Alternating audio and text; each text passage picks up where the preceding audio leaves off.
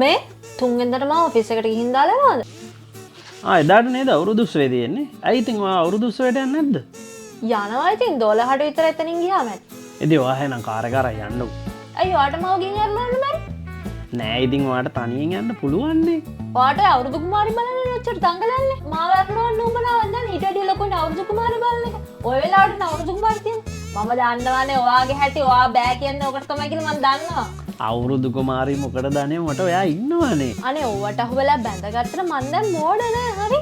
නෑ අනේ ඒ වෙලාවට තමයි ලන්ච් එක දෙන්නේ මේගොල්ලෝ.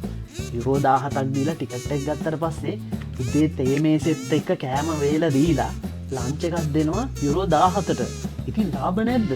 ඉතින් ඒ වෙලාවට ගියොත් ලන්ච් එක මිස් වෙනවනේ මට. ඔයා වෙලට යන්න මම ඉතින් ඔයාටත් එක්ක කන්නම්.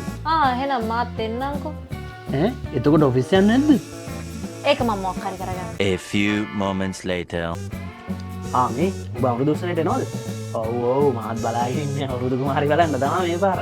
මාර කේස් එකක් ආවෝ උනේ ඊයේ රෑ. ගෑණි මට කියනවා 12ට විතර එකට විතරද කීයද මන් දන්නේ නැහැ. ගිහින් දාලා එන්නලු කොහෙද ගමනක් යනවා කියලා. මේ හොඳ වෙලාවට බං මේ අර යුරෝ 17යිනේ බං මෙහි දැන් මේ ටම්පරේ අවුරුදු උත්සවයේ ගාන යුරෝ 14 උදේටත් කණ්ඩ දීලා දවල්ටත් කණ්ඩ දෙනවා කියපු ගමන් මේ කියලා දන්නවනේ බං එන ලෝබයිනේ කෑමට නෙවෙයිකට ඉන්නම් කියලා සේක් වුණා.